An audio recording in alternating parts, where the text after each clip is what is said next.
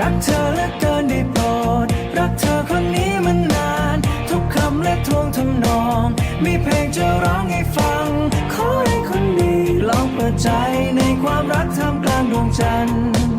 กลั่นออกมาเป็นทำนองว่า